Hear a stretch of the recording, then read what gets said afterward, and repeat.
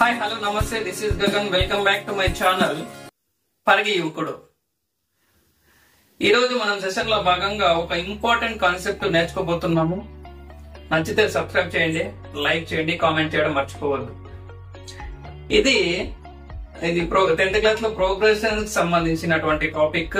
But A concept అయినప్పటికీ కూడా మనకు నేర్చుకునే మైండ్ సెట్ ఉంటే మనం ఈజీగా నేర్చుకోవచ్చు.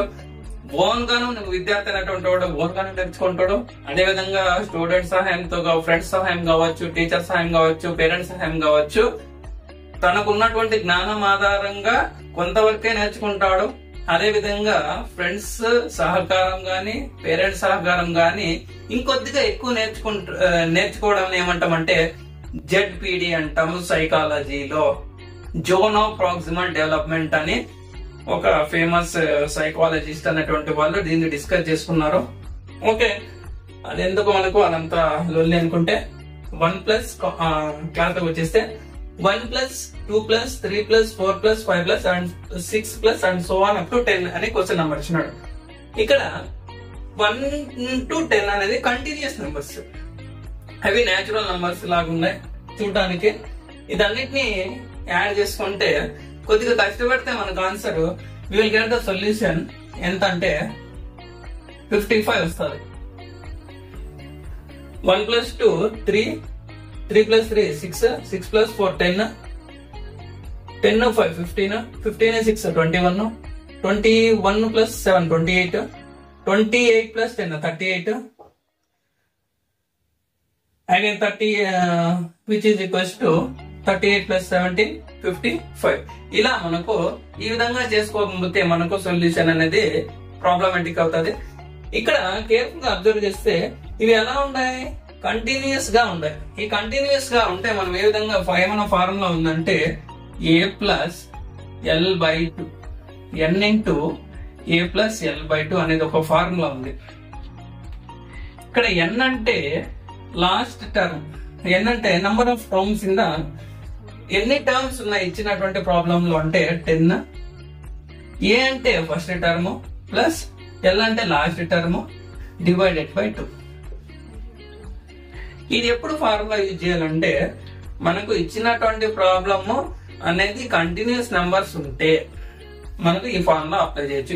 n × A + L/2 which is equals to 10 × 10 + 1 11, 11 divided by 2, 2 1s 2 5s 11 5s 55. This is our solution for the given problem.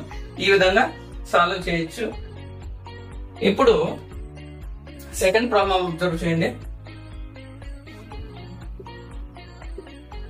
1² + 2² + 3² + 4² + 5² is equal to question mark అని ఇచ్చినాడు.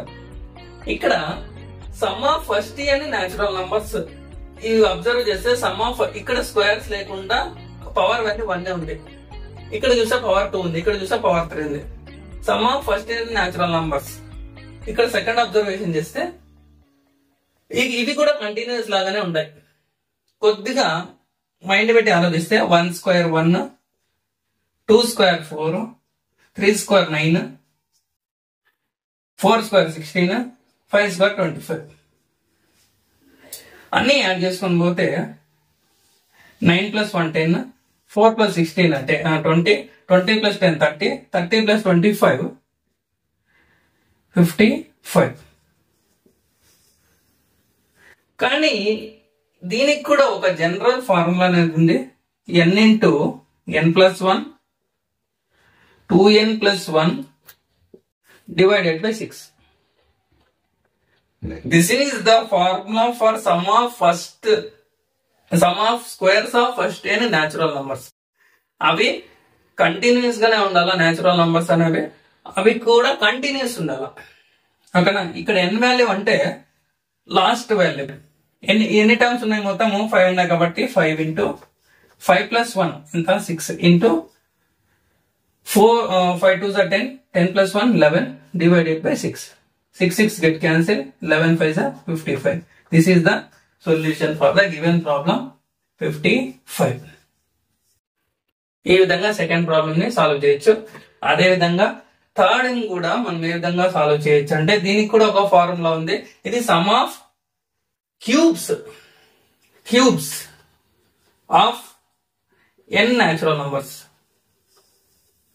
ఇక్కడ n ఫస్ట్ న్యాచురల్ నంబర్స్. దీనికి కూడా formula ఉంది, n into n+1/2 whole square.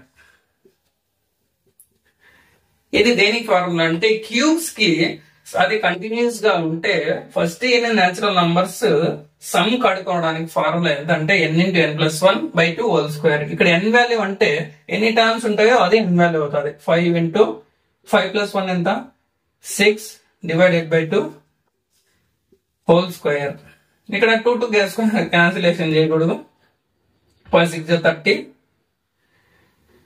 2 1 2 3 5 3 15 whole square which is equals to 15 square అంటే ఇంతకు ముందే discuss చేసుకున్నాం స్క్వేర్స్ లో. 15 స్క్వేర్ ఎంత అంటే 225.